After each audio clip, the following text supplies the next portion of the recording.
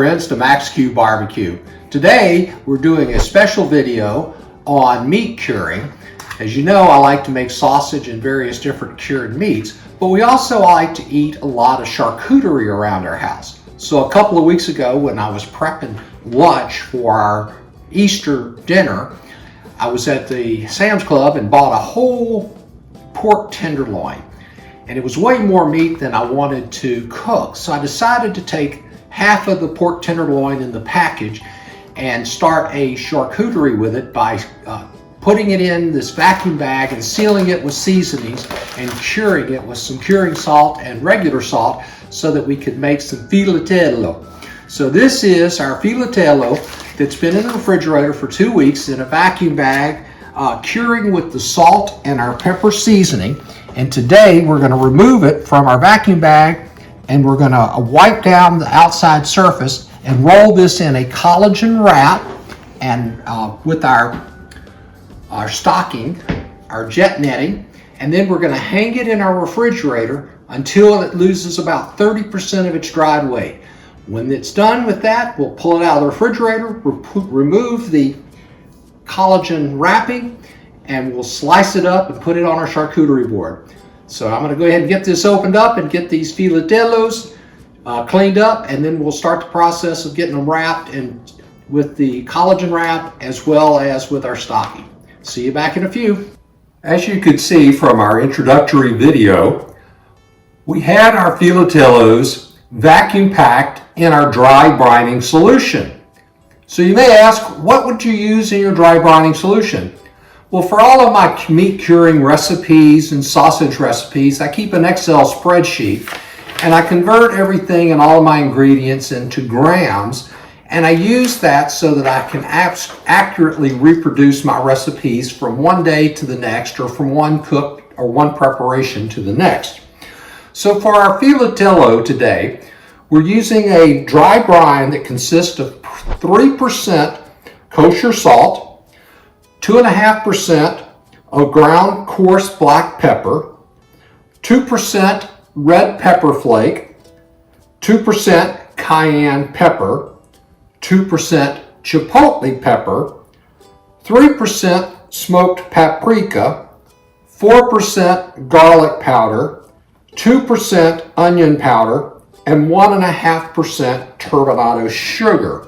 Now these percentages don't add up to 100%, you may notice, and the reason is these percentages are calculated against the total amount of weight of our protein that we're using, whether it is beef or pork. So I start my spreadsheets by filling in the weight of my pork, and then I let the spreadsheet calculate the amount of the ingredients based on these percentages.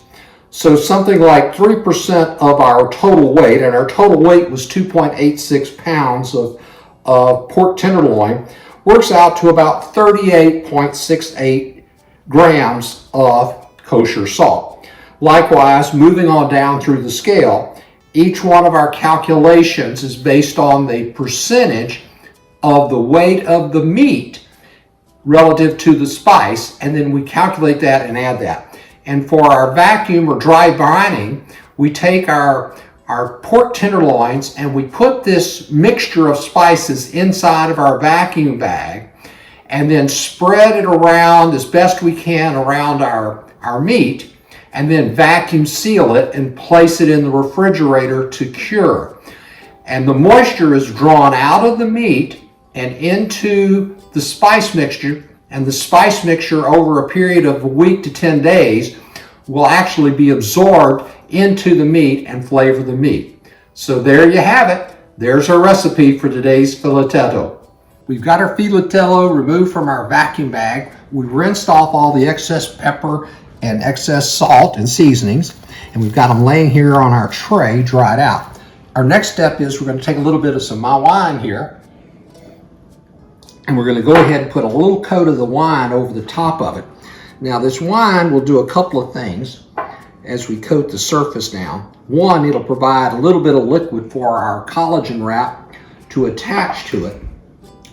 But the other thing that it does is, and this goes back to the 1,000-year-old process of curing meat, it also serves as a bacterial side, or something to actually kill off any bacteria or fungi that might be growing on the surface. So just a little bit of a technique, adds maybe a little bit of flavor, but the main reason for this is the alcohol will kill any bacteria that is accumulated on the outer surface that we don't want to contaminate our meat. Little history lesson from the past.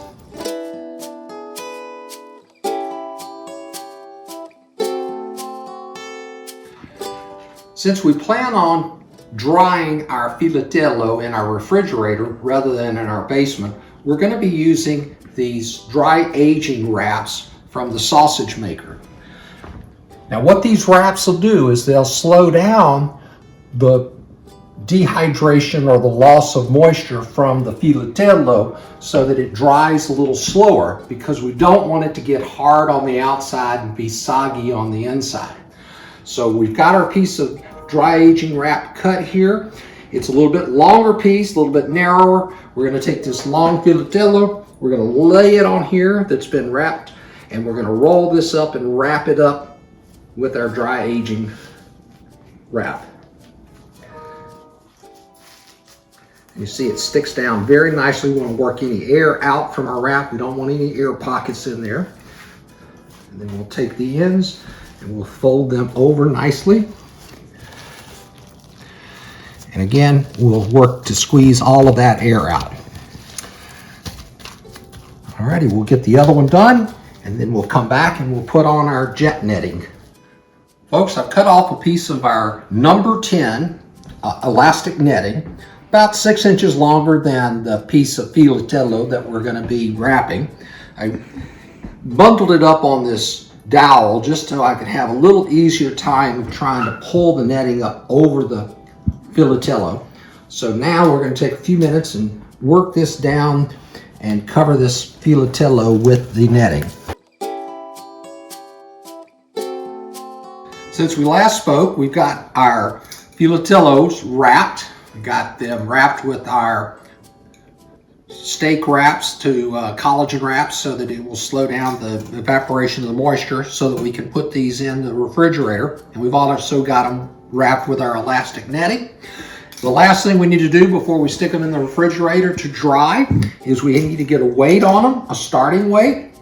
And here our starting weight is 442 grams. And we're going to take 70% of that. And we've pre-calculated this, which 70% of 442 is 309. So when this gets below 309 grams, we know that it'll be properly dried. And we're going to do the same thing with this one. It is 674 grams, and we pre-calculated that at 70% is 674. So when it gets less than 674. From here, the process is really simple. We put them in our refrigerator outside and we check the weight on them every week. And once they're below our target weights, then they'll be ready to clean up, cut up, and serve. So we'll see you back in a few weeks. Welcome back, friends. We just took our filetello out of the refrigerator, and it's been about 3 weeks, so it's time. We should have been weighing it in, but I was traveling, so I wasn't able to weigh it in. So we're going to weigh it in and see how we did. Our target weight was 472 grams, and our weight is 383 grams. So we overshot our mark quite a bit, more like a 40% reduction in moisture than the 30%. But we're going to go ahead and peel off our netting and peel off our collagen overwrap and sample our filetello. It's going to be a little drier than we originally had targeted, but it should still be good and edible for our charcuterie tray that we might want to put out for our guests.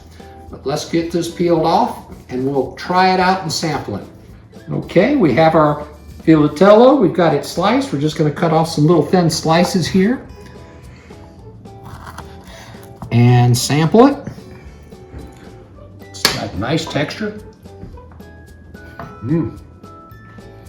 Got a nice bit of that little pepper taste, but not overly spicy. Wonderful texture.